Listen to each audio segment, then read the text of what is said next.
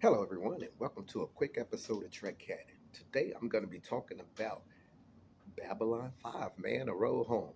Look, everybody knows that my top science fiction series is Star Trek Deep Space Nine, and Babylon 5 is arguably like like this far from being second. Like it's like right there with it, right? It's like right there with it.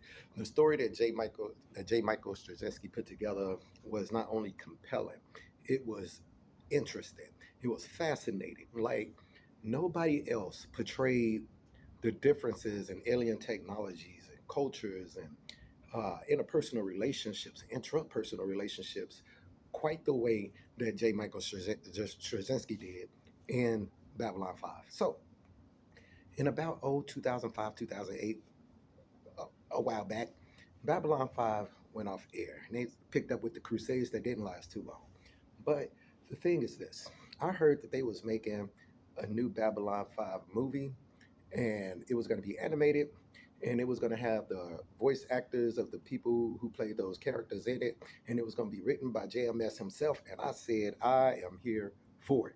Let's check it out. I put it in my reminders, in my alerts, so that when it came out, that would be the first thing that I knew about and that I did. So for months, right, I had forgotten it. It slipped my mind, right? And then one day, yesterday, my alert popped up and said, "Hey man, you not watching Babylon 5, The Road Home?" And I was like, what? I'm at work.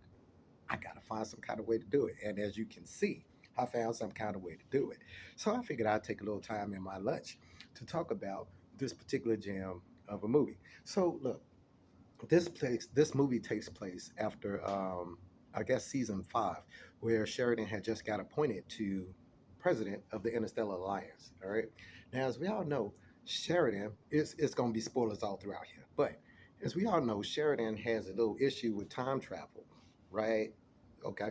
So basically, he starts having these little like hallucinations and everything like that, where time seems to be um, rewinding a few seconds and he's reliving that time again.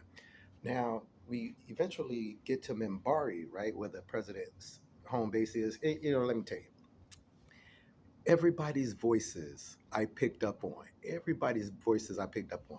Now, it's two people who are no longer with us from the Babylon 5 show, and that's Jerry Doyle and Delenn. I forget what her actual, was it Mira?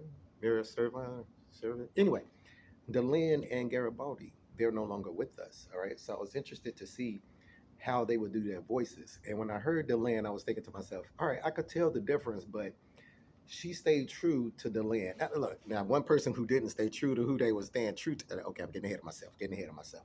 But anyway, it was nice to hear the voices. You could tell that they aged a little bit, but it was great. The artwork was great. It was so fascinating and terrifying to see the updated shadow vessel. I thought that was cool, right? Man, when I say that the shadow vessels, like when they was attacking Deep Space, Deep Space Nine. See, when they was attacking Babylon 5, man, did you see that those shadow vessels, like the man shadow vessels, how menacing they look? Like they gave them extra tentacles or something, man. But here's the thing: what's the movie worth $20 on Amazon Prime? Because that's what a lot of people gonna notice. Because when I flipped to my Amazon Prime, I was like, oh snap! I'm gonna watch some Babylon. Wait, 19.99? I'm between paychecks right now. If I transfer some money to my account right now, it's not really gonna hit the account until Tuesday, right? But anyway, but I was like, look, we gonna have to do this. This is Babylon 5, man. We gonna have to spend this 19.99 and figure out some stuff later. So that's what I did. Plus, since I'm an avid movie person, that's what I did. And was it worth it? Yes. The movie is about an hour, 20 minutes ish, maybe an hour and a half at the long side, but I think it's a little less than an hour and a half, all right? And like I said, when he gets to Mimbari, Sheridan, when he gets to Mimbari, um, basically, man, they turn on this new power source, which is they're going to use throughout the alliance, right? And that's cool because Sheridan would be the type that would be like, hey, man, look, this is going to benefit the world. It reduces emissions. It let's do this over everything. And man, That's something that we could do here on Earth, man. That would be awesome. But for some reason, we can't. Anyway, he proceeds to start jumping through time, man. And time is okay. Side note, right? Sorry for all the interruptions, guys. I'm at work, like I said, so people keep coming in. I don't want people to know I'm really nerdy. But anyway, he starts jumping through space and time and realities. Now, here's the thing. I grew up from the 70s on watching Star Trek. In Star Trek alone, right, you have so many stories that involve time travel, parallel universes, different dimensions, parallel dimensions. Hell, they got a Next Generation episode specifically called Parallels, right? Just in Star Trek alone, right? There's so many stories that revolve around the multiverse, time travel, stuff like this, right? Now, I noticed that a lot of movies nowadays starting to focus on the multiverse and time travel and all this kind of stuff. And I'm gonna have to say, it's getting kind of old to me. All right, is getting kind of old. The reason is that when you bring in multiverses, alternate dimensions, infinite dimensions, right? It lessens the importance of not only your characters and everybody in it, but of the universe you're trying to save. Like if in every universe, it's only different because of choices, then what makes your universe so special? What makes it so, you know what I mean? Like, where is the the stakes? Do you know what I mean? It's only like if we got infinite dimension, like what about these other dimensions that because of choices made in those dimensions, they just close, burn up, break down? All right, people, I got tired of interruptions, so I had to move to a most secluded spot.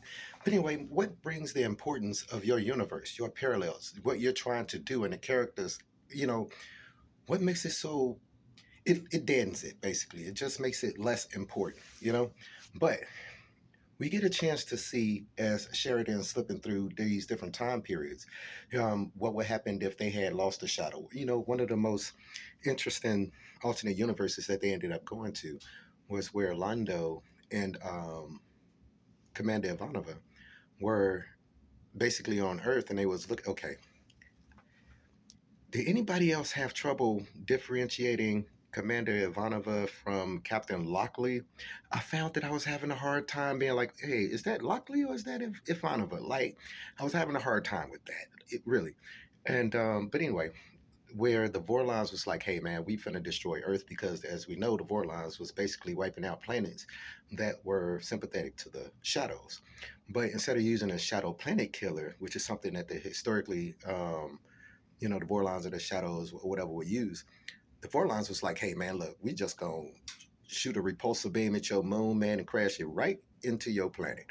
But anyway, Sheridan ends up getting out of there eventually. And another thing that I'm happy that they depicted was the rim. In Babylon 5, you always have these species, the elder species always talking about we're going to the rim. Jakara and Alita Lita Alexander was supposed to be going to the rim, and you'd be like, okay, is that the rim of the galaxy? Like, there is things on the other side of the rim. It's empty space, but yeah, some galaxies over there and all that kind of stuff. So I find it hard to believe also that the Vorlons were able to open up gates into higher dimensions, right? And not be intergalactic species or a race, or not be able to travel intergalactically, especially the shadows because they older than the Vorlons. But anyway, I get ahead of myself. But it was interesting to see the conversation on the rim between Jakar, who's by the way still a cool dude, right? Between Jakar and Sheridan, or the representation of Jakar.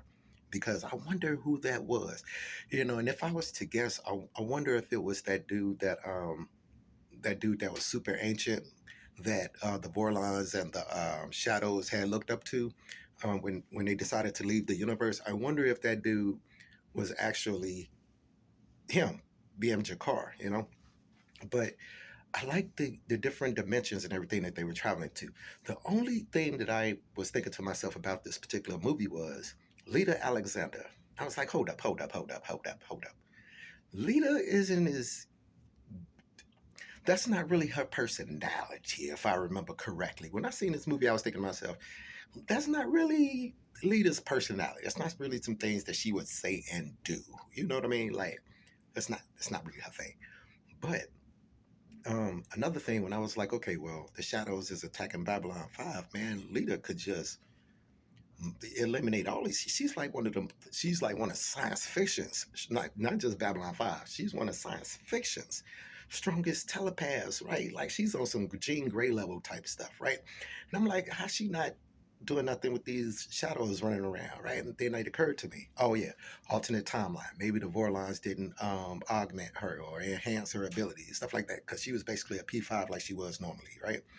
But as far as the interactions, as far as the wordplay, as far as the drama and everything like that, the stakes, I guess, even though I was talking about them because it was a multiverse, it was still a true Babylon 5 project. And I wish that it was just a little bit longer. You even had Zathras, man. Zathras is always awesome. Let me tell you something. I'm sorry, Zathras. Right, because that was that one. That was that Zathras. It wasn't Zathras, it was Zathras, right.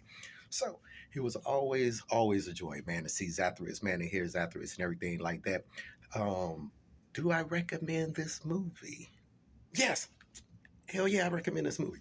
I think you should spend the $20 to check this out, especially if you are a Babylon 5 um person. Like if you're a fan, if you're a true fan of Babylon 5, man, look, support JMS, buy the movie, man, check it out. And we never know, man, we might actually get a true live action remake continuation of Babylon 5, especially a resurgence of the Babylon 5 and expand their universe, kind of like what they've done with Star Trek, you know. So let me know what you guys think, man. I know I left a lot of stuff out on purpose. Oh, Delenn. Delenn is always awesome. Delenn is always awesome. She is the perfect female mate, man. She's like, she always got your back. She is, Delenn is, I'm going to chase you through time because that's what Delenn would do. Yes, that's what Delenn would do. Anyway, what you guys think of the movie, man? Let me know in the comments. Please subscribe to the channel if you haven't. And as always, peace, recycle, and say the whales. Now it's time to go eat some lunch before I get hungry for the rest of the day. You guys be cool.